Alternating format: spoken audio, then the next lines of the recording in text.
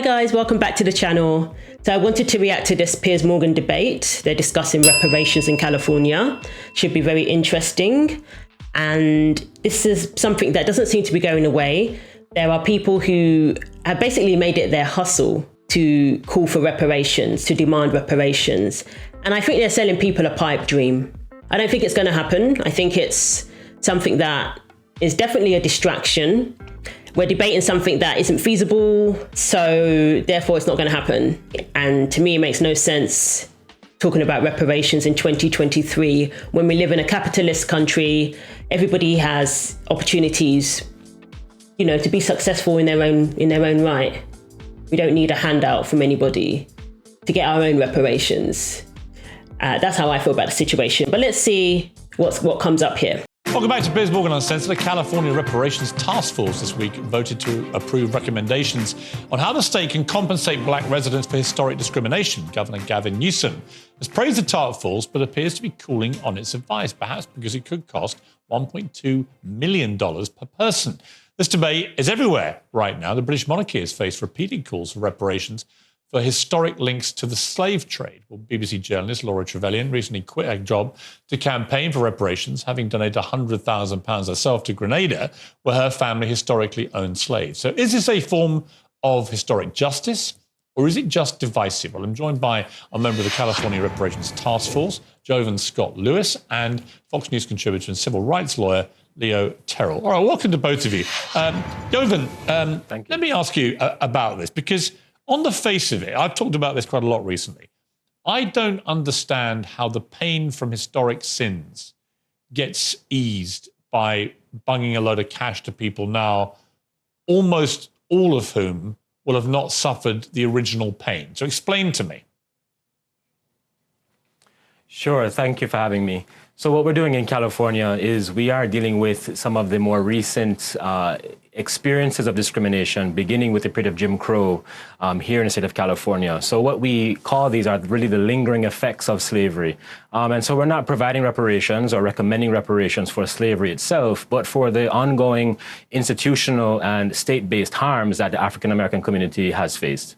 But it's not only African Americans. I mean, look, slavery was an evil, evil thing. Nobody denies that. But it's not just African Americans who have suffered historic sins and ills against them. Where do you take the logic of this argument? Does every community in the world who has been mistreated historically, are they all worthy of financial payment? And if so, how is the world going to pay all this stuff?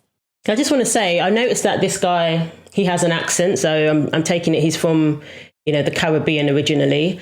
And I get told all the time, I'm not allowed to discuss this because, I'm originally, I'm of Nigerian descent and I'm from the UK. So I'm not allowed to discuss this.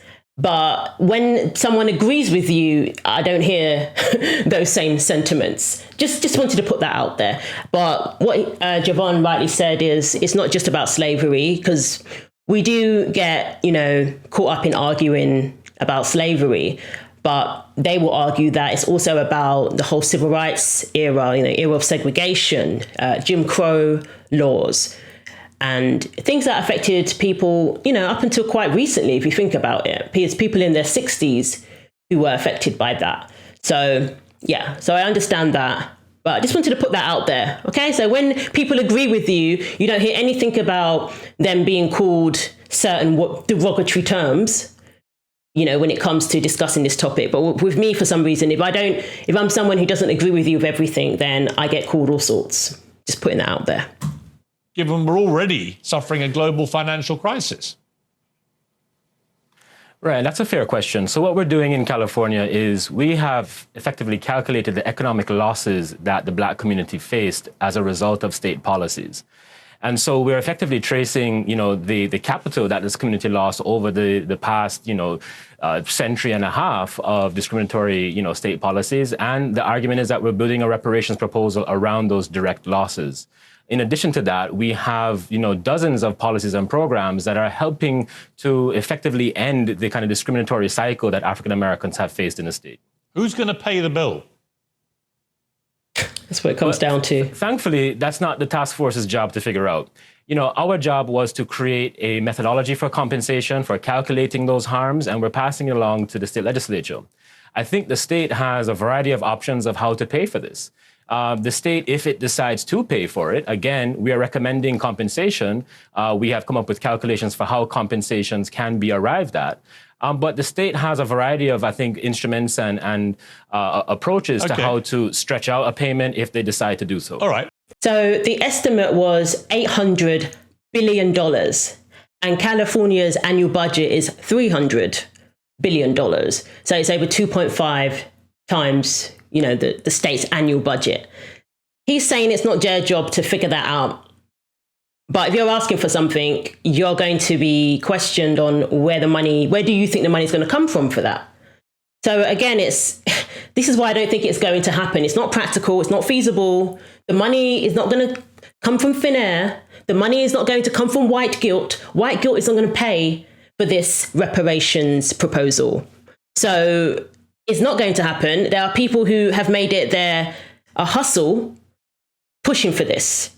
And I think you should be wary of those people. I'm not saying that there's a majority of people who are asking for this do not have good intentions, but it's a whole new hustle and people are falling for it. And I think that's very sad because while you're waiting for a handout that will never come, you could be out there taking advantage of the country you live in that affords you opportunities that they do not have in other countries, especially countries that are predominantly Black.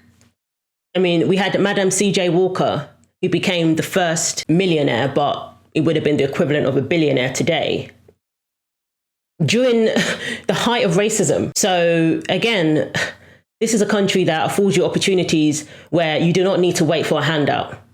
And I'm not saying it's not something that was ever owed to people, but in 2023, I just think this is a complete waste of time and a distraction. We bring in Leo Terrell. You've been waiting patiently. Your response to this, Leo?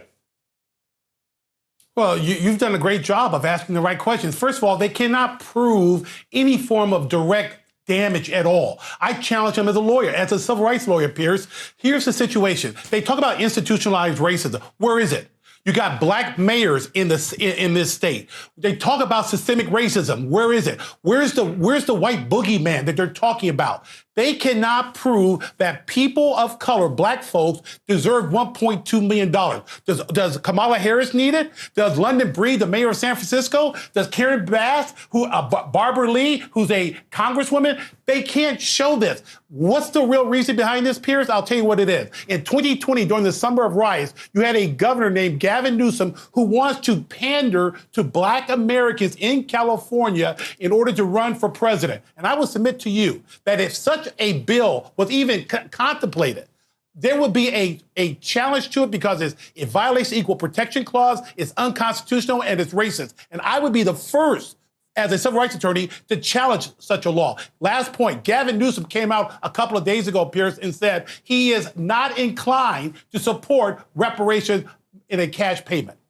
He duped Black voters. He duped you because he put it out there so that he can get your votes. But then when it comes down to it, it's not going to happen. And this is what I'm saying. They put these things out there to rile people up, to get people all fired up about this, and to put false hope in people that they're going to receive 1.2 million. I mean, don't even get me started on people saying that that's not enough. During these committee meetings, there were a lot of people saying that even $5 million per person is not enough. Now, I'm not saying you could put a price on, what happened during slavery and all of that. No. But in terms of practically paying out money, there are people saying that even $5 million isn't enough. So it's just, at this point, it's kind of ludicrous that we're even still having this conversation. And this gentleman here spoke nothing but facts. They put it out there to get your votes. And then Gavin Newsom turns around and says, oh, actually, no, I'm inclined to not support that. What? All right. Listen, you've made some fiery points back there. So, Jovan, I guess my overview has been about this issue. Are we now in this country, for example, going to seek some form of payment from descendants of the Romans and the Vikings for their marauding around Britain? And if not, why not? In other words, what's the difference really ideologically behind what you're striving to achieve for the African American community, for historic issues, and that? I just want to say what Leo pointed out. Black people are not powerless in this country. We're not powerless. We're not oppressed. Like he said, the major cities in this country are run by Black people, and in particular, Black women. They're running this country, the major cities. So if this was a systemic racist country, why would white people vote for Black mayors? I mean, look at Chicago, look at New York City, St. Louis. Some of the, I mean, it can't be an easy task running those cities. But this is what I don't understand. They can't even prove systemic racism. I always ask people, name me one law that is racist, because that's how you determine that this is a systemic racist country, a country that has racist laws against people of a particular race. There's no law that stops a Black person doing what people of any other race can do.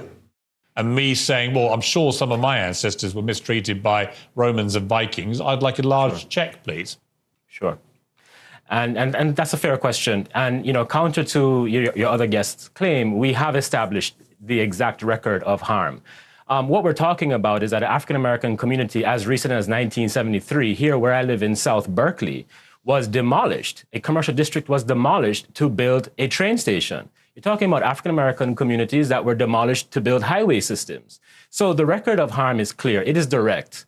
And I really do welcome your other guests to view the interim report that we released last summer, which is a 500-page detailed report of the specific and direct harms that African-Americans in the state have faced at the hands of state policy.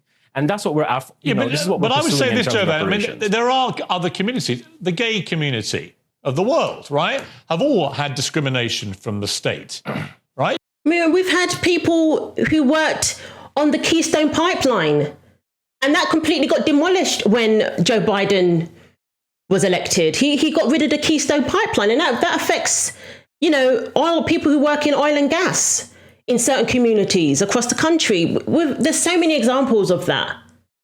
And it's not just related to Black people. It isn't.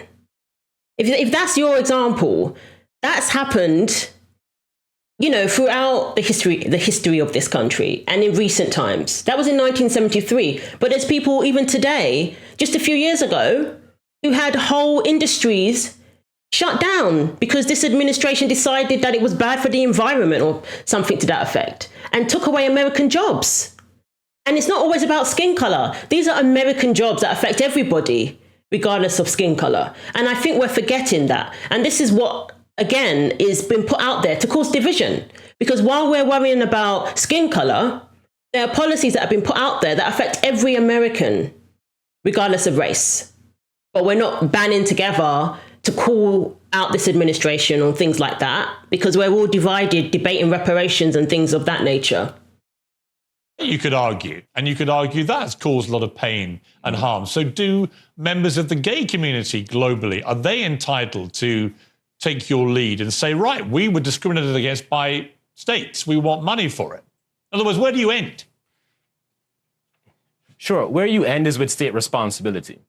And so if those other communities and any communities can establish an actual record of state harm that is intentional, and what I'm saying is that these harms were intentional. We're talking about redlining, where Black communities were directly targeted by state dispossession. We are talking about an exact record that has been established. And so if any community can establish a similar record, then I encourage them to make a claim. This is what we're talking about. Okay. This is not about a cultural issue. This is about a record of harms that the state should be responsible for. I understand, and you've expressed yourself in a very civil way, and I appreciate you for joining me on the show. Thank you. And also to you, Leo Terrell, thank you very much indeed to both of you. Well, I mean, very interesting. Again, I just think, where does it stop? I always ask that question, like Piers asks, where does it stop? Yeah, he said, I encourage people who do feel that way to make a claim. And we can waste our time doing that. But if there's no way of paying out these demands, there's no way of paying them out, it's not going to happen. That's it. So I always say, look, let's just say that this reparations thing is not going to happen. How would you go about getting your own reparations? And I think that would be a good place to start. And I'm not talking about looting Target. as some BLM people have suggested, I'm talking about taking advantage of the economic opportunities that exist in this country. Why they still exist, because we can't take those for granted anymore, because unfortunately, this administration is doing a lot. So let me know what you think. Thanks for watching. Take care of yourselves. God willing, I will see you in the next video.